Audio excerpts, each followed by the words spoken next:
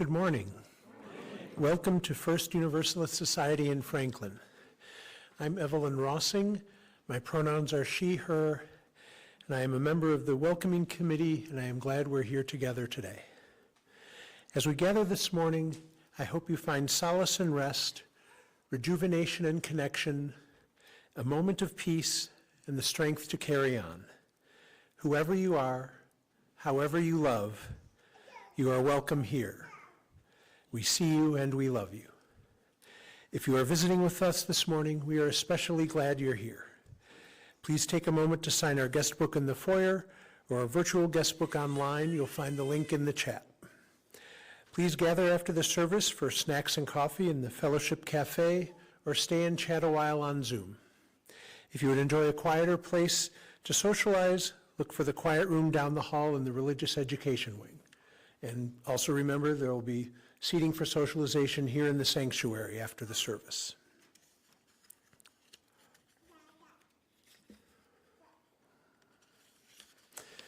This morning, please welcome guest speaker Joanna Lubkin.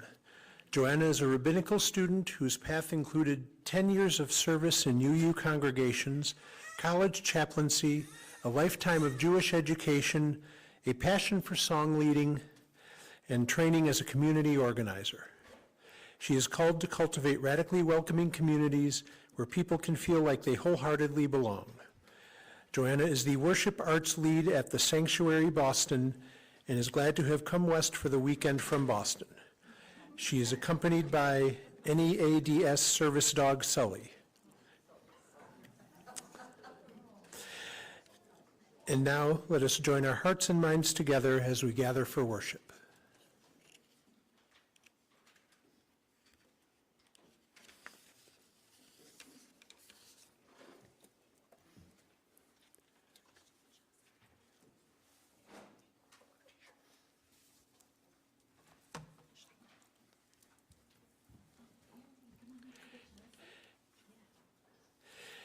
Each Sunday morning, we share a centering ritual with Unitarian Universalists around the world, the lighting of a chalice. As Andy lights the chalice, hear these words of Melanie Davis.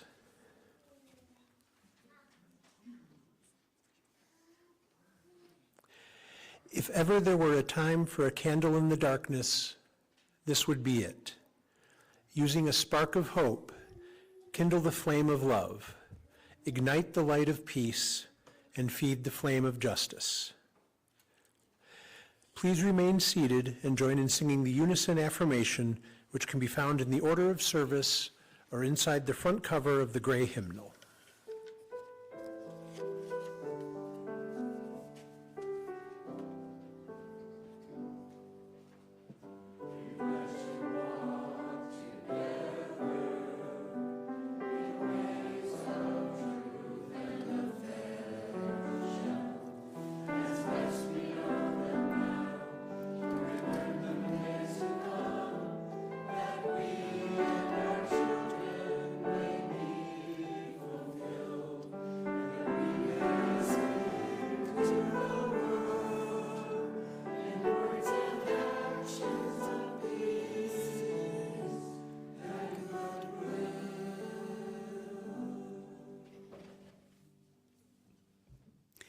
That's such a lovely thing to be sung. As somebody who didn't really this is my first time hearing it, it's really heartwarming. So thank you for that. Now I got to have a morning worship experience too, so thank you. My name is Joanna, and again, this is Sully. He will probably be sleeping throughout the service unless I drop something, in which case he'll bring it to me, which is one of his favorite tasks. After the service, I'll probably take off his red vest so that he's not working anymore, so that those who want to say hello to him and pet him can, but don't need to. So we'll keep him kind of in an area where folks who don't want to interact with dogs don't have to, and those who do want to can come say hi. I'm so glad to be back here. I've been here a couple of times during the 10 years when I was a Unitarian Universalist minister, and so it's very lovely to come back here as a rabbinical student, kind of having that whole journey together. And I share a call to worship this morning by my friend and colleague, Reverend Julian Jamaica Soto, called Remembering the Future. Can we develop the skill of remembering the future? Can we commit to building the community that will extend into a time that we only know by memory because it will outlast us? Memorize the compass points of the day yet to come, the truth, the love, the fire, the endless yes of the horizon. Shake the scales from your imagination. Reach, stretch, rise. There is no more time for pretending that everything can be all right without your care, without your attention. You can mourn, grief being more real at times than the promise of the sunrise, more real than the peace of the moon that inconsistent silver turns, disappears. And yet, while we may mourn changes and losses and deceptions and betrayals, beneath the ash, we find the ember. We weep, and then, as we have learned from the labor movements, then we organize. Remember the day toward which we gather, the tomorrow toward which we advance. It is with your actions today that you engage that muscle memory, that sense of smell, the ragged velvet feel of a day you have never lived. It is also your day. Remember it well. Welcome. So as Evelyn mentioned, one of the passions I have is for song leading, and I wanted to bring a song to you this morning that I learned at a Jewish singing retreat a couple years ago. I apologize, the lyrics aren't in the order of service, so you're gonna have to learn by ear, which is how we learned pretty much all of our stuff at this retreat. This is a song called Change is Coming by Molly Bagott. It'll have 3 parts. I'm just gonna tell you the lyrics first, and then we'll do it part by part, okay? Just the words are like this. Change is coming. What do we need to imagine?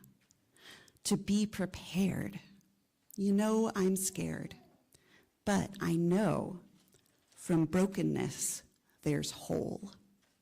Not wholeness, whole. That's how she wrote it. So I'll teach it, I'll sing a bit and invite you to sing it back to me. Like some of the choir learned a little bit of it earlier, so we'll have some voices. Could I have the approximate key? Thank you. It goes like this. I'll sing it and invite you to sing it back. Change is coming. What do we need to imagine? Change is coming. What do we need to imagine? Change is coming. What do we need to imagine? Let's keep doing that. Change is coming. What do we need to imagine? One more time.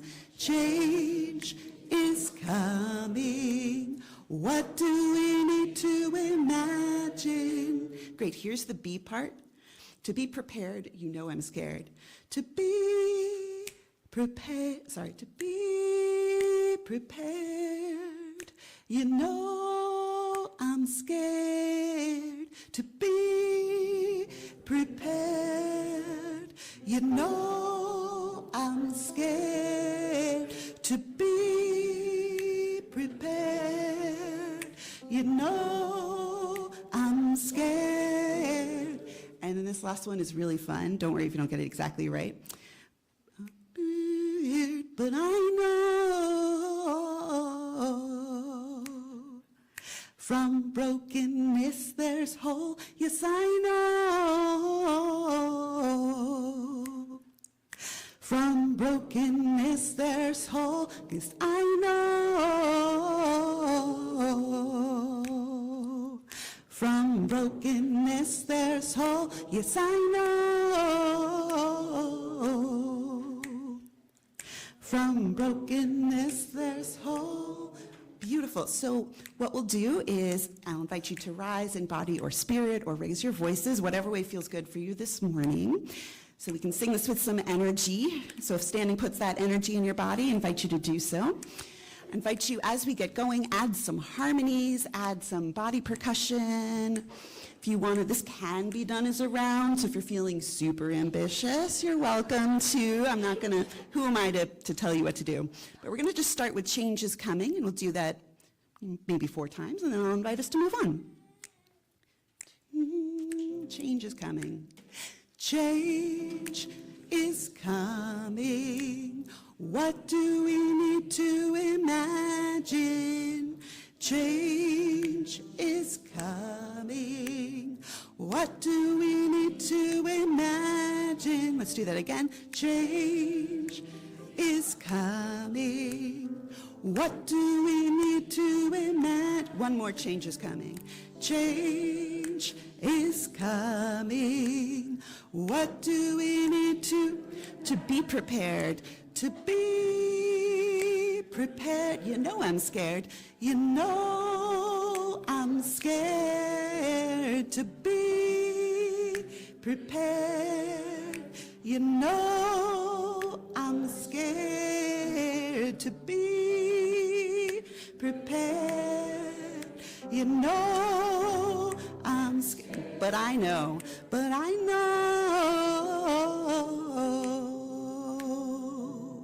From brokenness there's whole, yes I know. From brokenness there's whole. From brokenness there's whole, yes I know. From brokenness there's, one more time, yes I know. From brokenness there's change is coming. Change is coming. What do we need to some more energy. Change, yeah, is coming. What do we need to be prepared? To be prepared. You know I'm scared. To be prepared. You know I'm scared, but I know from brokenness, but I know from brokenness there's whole. From brokenness there's whole, yes I know. From brokenness there's whole, change is coming. Change is coming. What do we need to imagine? Change is coming. Just to repeat, change is coming 2 more times. Change is coming.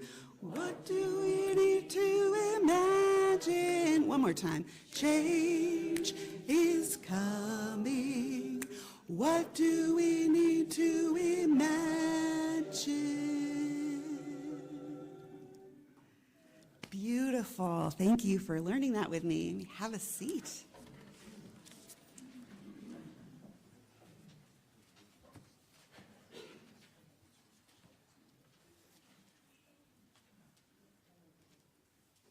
Good morning.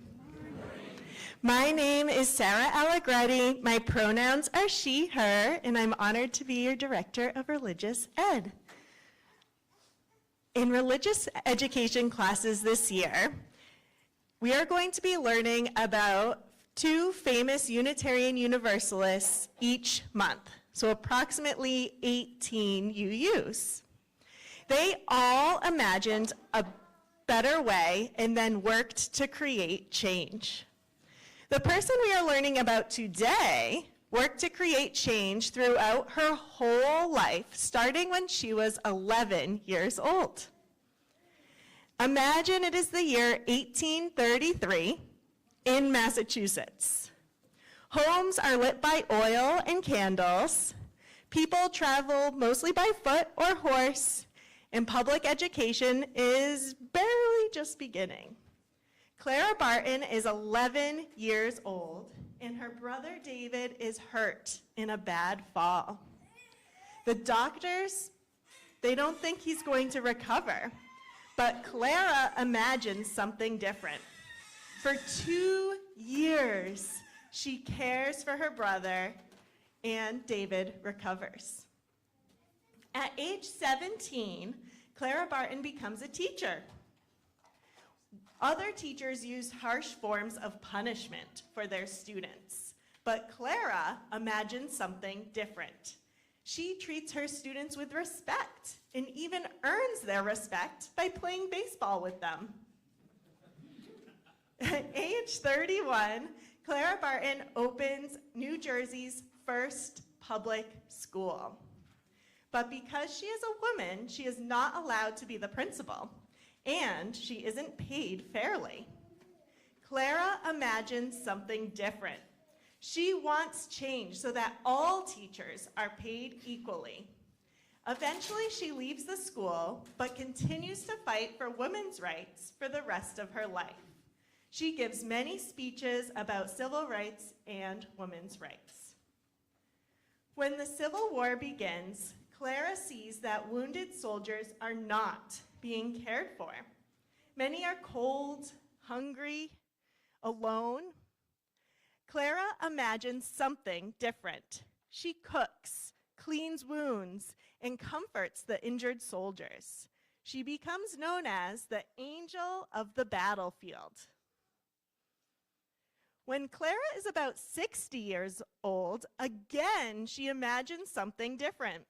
She forms the American Red Cross, an organization that helps people in need to this very day. Have you heard of the American Red Cross before? Yeah? Yeah? Age 60. We are all connected to Clara Barton through our shared Unitarian Universalist faith.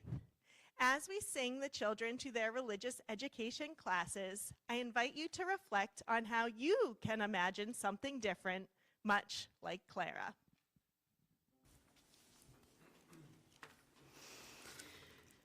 And I invite you now to join me in a time of prayer or meditation, holding all that's been spoken and unspoken. So these are words adapted from Lynn Cox. Holy One, source of life and source of love, our hearts are overflowing with lamentation and with longing. Longing for a world with more hope and less despair. Longing for more happy hearts and fewer hungry mouths. Longing for a life of more connection and less isolation. Longing for a brave love, a growing seed within us, spreading far and wide. Longing for a future of less consumption and more compassion. Actually, longing for that now. Longing for a government that quells hate and violence rather than generates it. Longing for a government that speaks truth.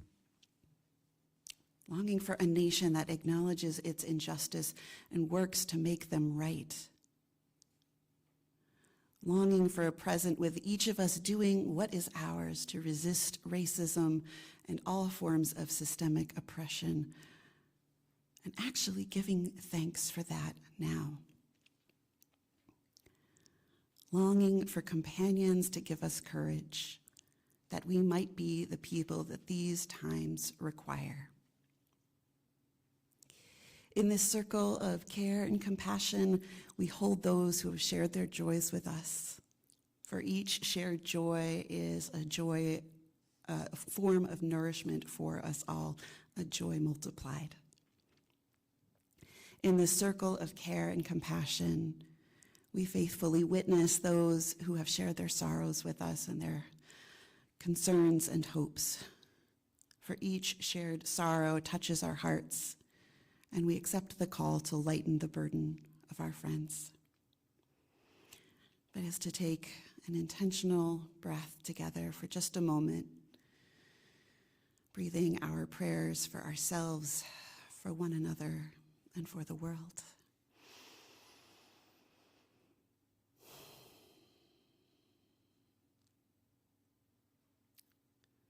So may it be.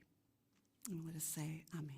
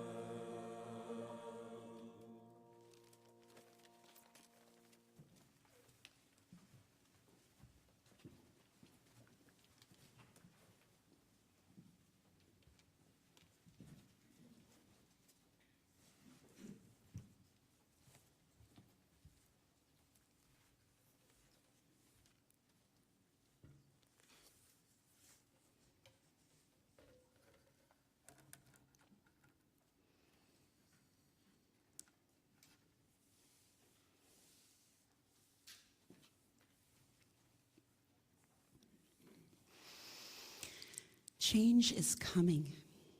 What do we need to imagine? I love this concept of sparking an imagination, our imaginations for a beautiful future, what that could look like. Here's a story of that to start us out. When he wants to get comfortable, he just does some circles. You just give him a minute. Yeah, good boy. I'll tell you guys a cute story. The first, he and I were matched pretty early in COVID, and the first time I was leading a Sunday service in person with him, with congregants back in the pews, it was a winter solstice pageant. And so people were, they were holding their scripts, and then they'd put them down on the floor to do the thing. And he'd pick up the scripts and be like, somebody dropped this, and bring it to me. And I'd say, no, thank you. And then I'd hand it back to the person, and they'd put it back on the ground, and he'd like, look at me. Apparently, I missed this because he was behind me, but there was a blue sheet on the ground to symbolize a river. Twice, he picked it up and tried to hand it to me. Somebody dropped this. And I didn't see it because he was behind me, and he just like dropped it and was like frustrated. Third time, when I didn't respond, he just kept it in his mouth, turned around 3 times, made a little nest, and went to sleep. And I was wondering what my congregants were kind of looking at. I was like, I think that won them over. Okay, great. So I feel very blessed to have him as a companion. So here's a story of a moment that has helped keep my imagination kindled.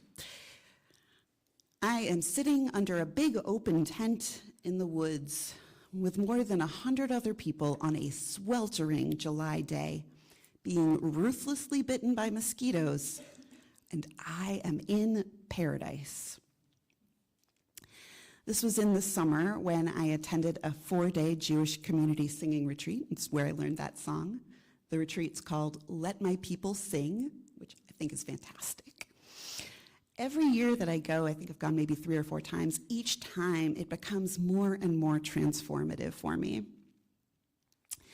This little temporary community is committed to building a multiracial, multicultural, and genderful community. There were elders and babies and people with a wide array of Jewish observance or none. You knew that when you sat down at a table, the person next to you likely practiced Judaism differently than you, and that was expected and honored. We encouraged one another in song. We rooted for the nervous first-timers who were trying to get up there bravely leading their song. We joined in with full voices and boisterous harmonies for songs and prayers. And for me, what made me nearly cry for joy every day was that it was the most welcoming, inclusive, accessible, and disability justice-centered community or event that I had ever been a part of. I could talk about that for a long time, so grab me afterwards if that's your jam. On the Friday afternoon of the retreat, as the community got ready for Shabbat, for the Sabbath, one of the retreat leaders said, "It's taught that the sweetness of Shabbat is a taste of Olam Haba, the world to come." Now, traditionally, this refers to the age of the Messiah. The community organizers among us might know it as the world as it could be, that world that we keep creating together. But this, she said, this right here is a taste of the world to come. These whole 4 days, this whole community, savor it. One participant in our closing circle said, yeah, this right here, this is the real world. Everything out there, that is the Matrix. And both of those comments have really stuck with me, as has this embodied experience of what it's like to live, even for a short time, in something so much like the world I want to see. It showed me what could be possible. It gave me some hope that that could be possible again, or bigger, or bolder, and it leaves me wanting to keep creating more. There's so much going on in our world that is painful and unjust and wrong, so much harm and inequity to fight against. And even just looking at the array of signs at the various No Kings protests covering such a multitude of issues was both encouraging and also a little discouraging for me. Both like, wow, my favorite sign at any protest I've been to in the last year was "too much wrong, sign too small." Like, just, this is sometimes what it has felt like for me. Maybe others can relate. But I know for myself, I cannot just sustain myself fighting against things. I need to fight for the world that I want to exist, the world I need to imagine. And that's what gives me the energy to keep going. I felt it when I watched I didn't make it to a rally in person, but I made sure as soon as I got home to look at the footage and seeing the aerial footage of city after city all over the world, just full of people. That gave me this sense of, okay, there are people showing up. This is part of what the world I want to see looks like, people showing up. That gives me some energy to keep going this week. Does this kind of idea of sometimes there are these things, these little bursts of what we might want to see in the world, giving you energy, does that resonate with any of you? Yeah. So it's the question that Molly asked in her song. Change is coming, for better or worse. What do we need to imagine to be prepared?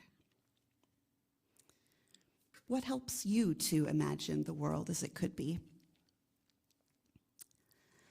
I love to read, and there's a particular genre of fiction that's been really speaking to me, which doesn't just dwell on the destroyed world or the suffering society. I have a lot of friends who love dystopian novels. I don't always need more of that. And I'm looking for these stories that imagine how humans might not just survive perilous times, but find ways to thrive. And actually, the book you guys are reading, The Measure, is great for that. Highly recommend it. It's a great one. I also think often of Emily St. John Mandel's novel, Station 11, which I know has been turned into movie, TV show, something like that, TV show. In this story, it's a post-apocalyptic world, and our protagonists are a traveling symphony that goes from settlement to settlement, performing orchestral music and Shakespeare plays. In the wake of a huge global tragedy, when scrappy survivors eke out a living, this group reminds them what they're living for. And their motto is, because survival is insufficient. When I need a boost, similarly, I reread every couple of years The Fifth Sacred Thing by Starhawk. It's written in the early 90s. It's out of print now, but you can still get the book and the audiobook. I have the audiobook on hold because I think it's about time to listen to again. In this story, after a different kind of global societal collapse, one community remakes their world into kind of like a hippie ecotopia in the San Francisco Bay Area, because of course in the San Francisco Bay Area is going to be a hippie ecotopia. The streets have been ripped up and turned into gardens. Food and clean water is available to everyone, and no one lacks for medical care. And the city's defense council consists primarily of 9 elderly women whose job is to listen and to dream. When a fundamentalist, totalitarian force tries to invade and sack their resources, its residents refuse to use violence and refuse to give up their vision of a just and cooperative world. Instead, they say to each of the soldiers, "There is a place set for you at our table, if you will choose to join us." In more traditional religious terms, we might think of this as the work of prophets. I know that within Christian traditions, for example, the kingdom of God or the kingdom of heaven has evoked a vision of a peaceful, loving world that we might strive for, and in a way, a kind of heaven on earth. Prophets in Christianity and Judaism and Islam have cried out wake-up calls, warning people of what could happen if they don't change their destructive ways. But they also call out what could be possible and how beautiful the world could be. Like the prophet Isaiah, who describes a future where swords will be turned into plowshares and spears into pruning hooks, where a nation will no longer study war. This is a kind of radical imagination. In this moment in the Middle East, in Israel and Palestine, which I won't get too far into, it's a moment that feels for me both precarious and momentous. And I've been closely following the work of peace activists there. In particular, the grassroots organization called Standing Together, which is a Jewish Arab movement fighting for peace, equality, and social justice in Israel and Palestine. And over in interviews and social media and all of these press releases, they celebrate this moment with the ceasefire that we pray will hold, the return of the last living hostages, the thousands of Palestinians returning to their homes in Gaza if those homes still stand, figuring out ways to rebuild. But these activists emphasize that peace is not just the absence of bombs, the absence of violence, that this ceasefire can't just be a break before the next round of violence. It has to be the start of something new, a courageously imagined and worked for future where everyone, Palestinian and Israelis, can finally live in safety and dignity. We talked about this. I just started serving as a student rabbi in a small congregation in Derry, New Hampshire, which I was at yesterday. So that was north. The other weekend I went west. Sorry, I got the cardinal directions wrong in my bio. You can tell I've been traveling. So in this, which is a blessing, but disorienting. So when I was in Derry yesterday, we were talking about this moment and, hearing the phrase on the news, this is peace in the Middle East. It's like, well, this is a piece of peace in the Middle East that we really hope will be bigger. Students of history might say, it's an area that's pretty prone to war and not all the things have been worked out here yet and there's still some systems of oppression and is this really gonna hold? But what we talked about was the idea that if we don't at least try for it, there will never be a peace that is just and lasting. And that any time we find peace, any chunk of it, even for a short while, is worth fighting for, is worth working for. So I'm holding that in my imagination. So two authors, Alex Kusnabish and Max Haven, wrote a book on radical imagination. And their way of explaining it really resonates for me in this time, if we're thinking globally or in our country or even just in our own lives. They write, radical imagination is the ability to imagine the world, life, and social conditions not as they are, but as they might otherwise be. It is this courage and the intelligence to recognize that the world can and should be changed. The radical imagination is not just about dreaming of different futures. It's about bringing those futures, those possibilities, back from the future to work on in the present, to inspire action and new forms of solidarity today. So prophecy and speculative fiction and science fiction then are all ways of practicing the future together, as are the visions of justice movements. And they write that whenever we try and envision a world without war, without violence, a cooperative world, we are engaging in speculative fiction as a community.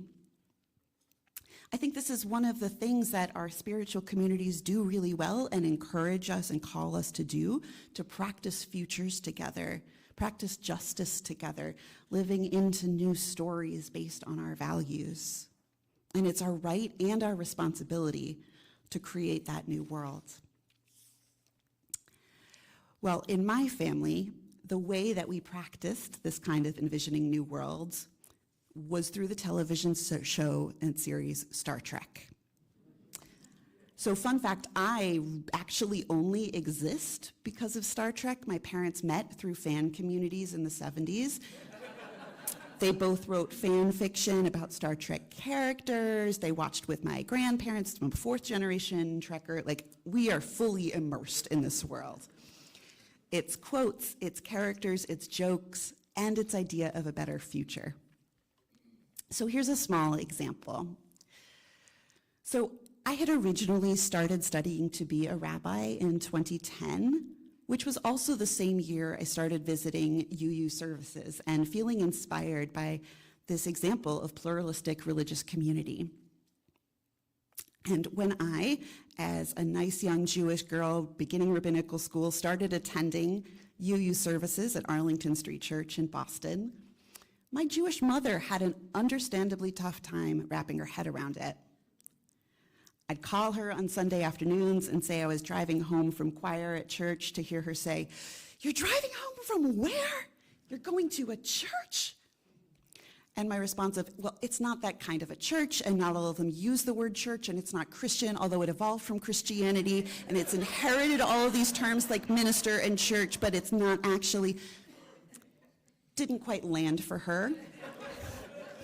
It is genuinely tough for many Jews to understand. I'm working on it. But those conversations are always a little tough. But once she was visiting me and she finally came to a service to see me sing with the choir on a Sunday. And I went over to her after the service with a little trepidation and said, "So what did you think?" And she had this look of relief on her face and she smiled at me and said, "It's Iddick. I get it now." Okay, there's like 3 Trek fans in the room. Great, yes. So for the rest of you, Iddick is IDIC, stands for Infinite Diversity in Infinite Combinations. It sounds like it could be a UU term, but it's a Star Trek term, part of a Vulcan philosophy. Vulcan with a V, not Balkans like the region. It's a concept that has been so important to my mom in her own writing and in her own understanding of the work she wants to do in the world. She was a high school English teacher, and she said, "Oh, what I'm seeing at this UU congregation is like what I'm trying to create in my classroom." Okay, I get it. And in attending that service, my mom saw a real-life human community living out what she knew as Vulcan values, celebrating the differences between us, being open to learning from all of the many truths in the universe. She saw folks from a wide array of cultural backgrounds and racial identities all coming together on their searches for truth and meaning. After that day, I got no more grief for going to UU services, and she likes to go with me when I would go. This isn't an accident or an unintended side effect of Star Trek. It is a work of radical imagination, a way of exploring ideas that can liberate all of us. Gene Roddenberry, who was the creator and producer of Star Trek, wanted to show us the world as it could be, the universe as it could be. In the turbulent times of the late 60s, Roddenberry showed us a possibility for a future when we've moved past war and greed, where neighbors are united in a federation of planets, where different races and different species serve together as a crew, as family. And Roddenberry described his vision this way, saying, "Star Trek was an attempt to say that humanity will reach maturity and wisdom on the day that it begins not just to tolerate, but to take a special delight in differences in ideas and differences in life forms. If humanity is to survive, we will learn that differences in ideas and attitudes are a delight, part of life's exciting variety, not something to fear."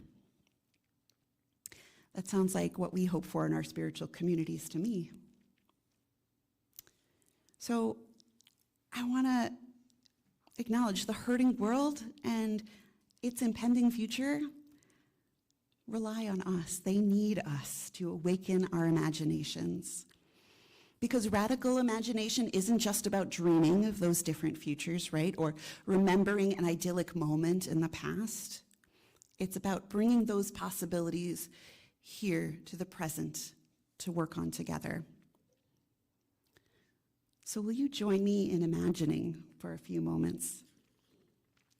I want to give us just a minute or so of imagining together, seeing if we can conjure up a taste of your Olam Haba, your vision of the world to come, the world as it could be. So if you feel comfortable, you're invited to close your eyes or soften your gaze for just a moment of reflection as I ask a few questions. Have you ever had a taste of the world to come?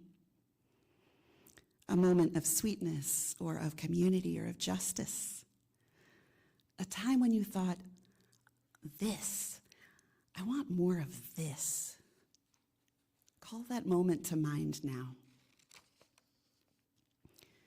And if there isn't one that you can think of from your own life, is there something you can picture from an inspiring work of art or of fiction or from a sacred text?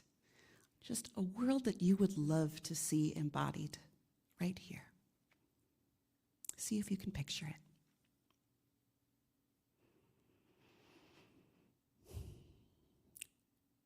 What would it look like to put just a dollop of that sweetness in your life right now?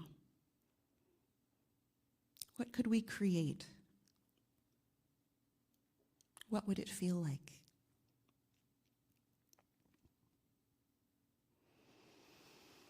Can you take it a little bit bigger?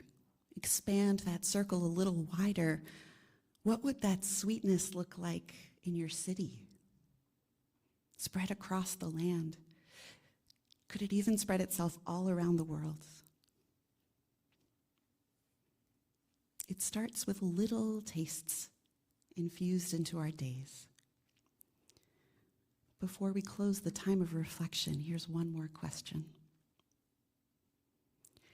What is one small, sweet step that you could take to bring a little taste of the world to come into this very day? Because from that, it can always keep growing.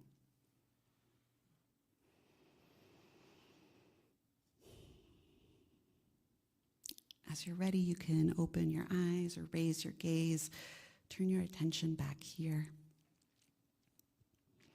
Because my friends, my new friends today, change is coming in good ways and bad. And I believe that the power of beauty and courage and the power of our imaginations to keep creating a more beautiful world, I believe in it. Keep living into your vision. Share it with your loved ones, maybe with this community. May we build that world together. Another world is not only possible. This is Arundhati Roy. Another world is not only possible, she is on her way. On a quiet day, I can hear her breathing. She is on her way. So may it be. And we say, Amen.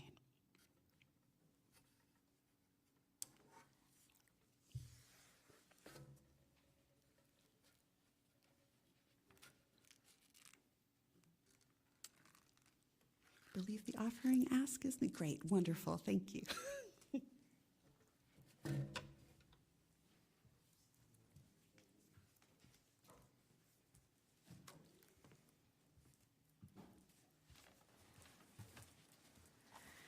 Good morning. My name is Lee McNider, not Kathy Hulin, but my pronouns are she, her, and I am a member of the Stewardship Committee. Today is an important day for the committee because today we announce the theme of our 2026-27 Stewardship Campaign, which will begin in January. After reviewing the slogans and logos submitted by members of the congregation, the committee has selected Hope Lives Here. It's a logical choice. We live in a time when some days it seems like hope is in short supply. Now, don't get me wrong, I don't mean the kind of hope where one sits back and says everything will be fine. Instead, hope is an action word. Poet David Orr says, "Hope is a verb with its shirt sleeves rolled up. It is an action that you take that says tomorrow can be better." Hope sees all that is possible, and it impels you to move to make it so. I would suspect that the millions of those who protested yesterday, especially the many from our beloved congregation, did so with hearts filled with the hope that their action would make a difference.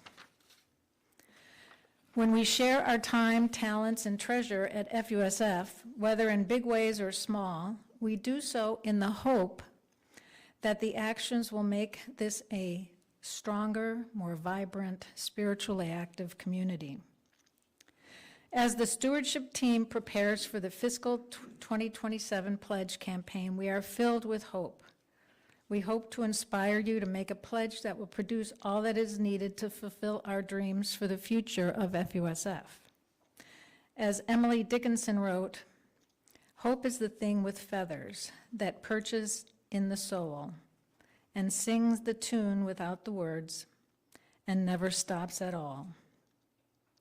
This morning's offering will now be received. Thank you.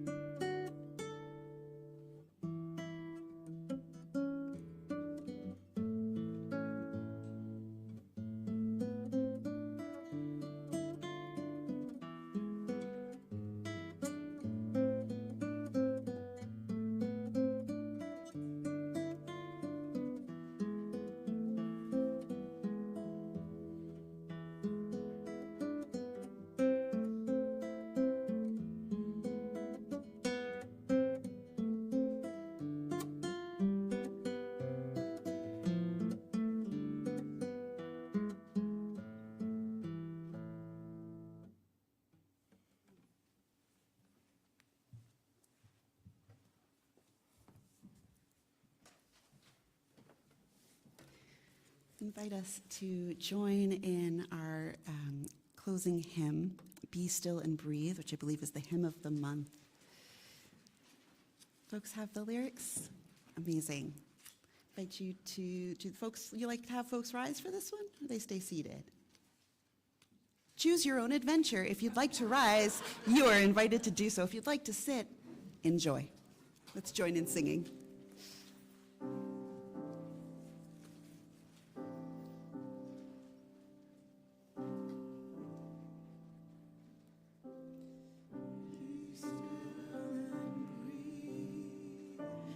Still and breathe.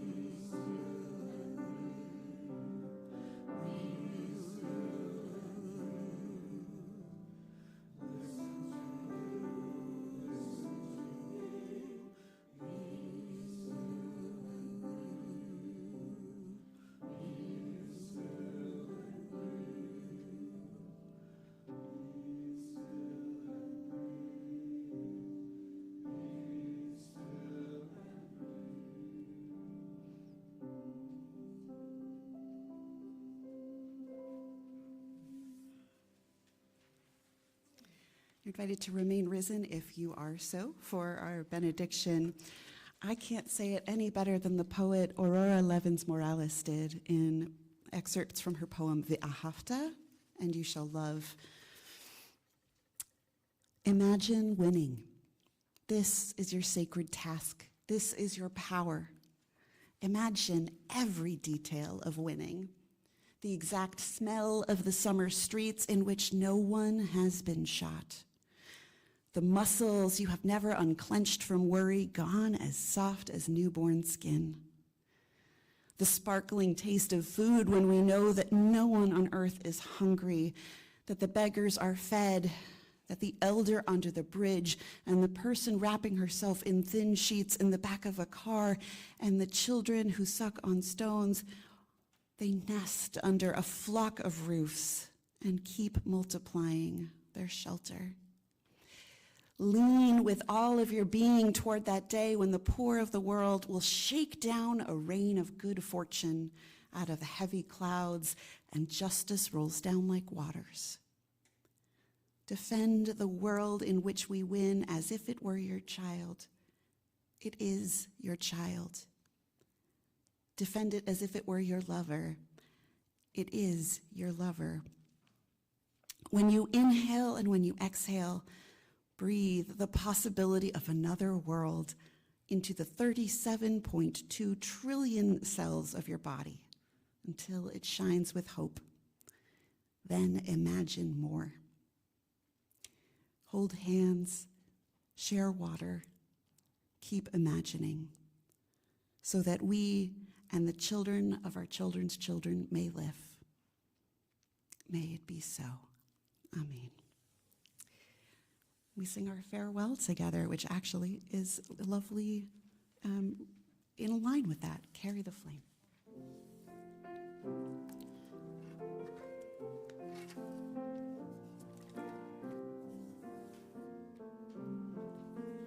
Carry the flame of truth and love until we meet again.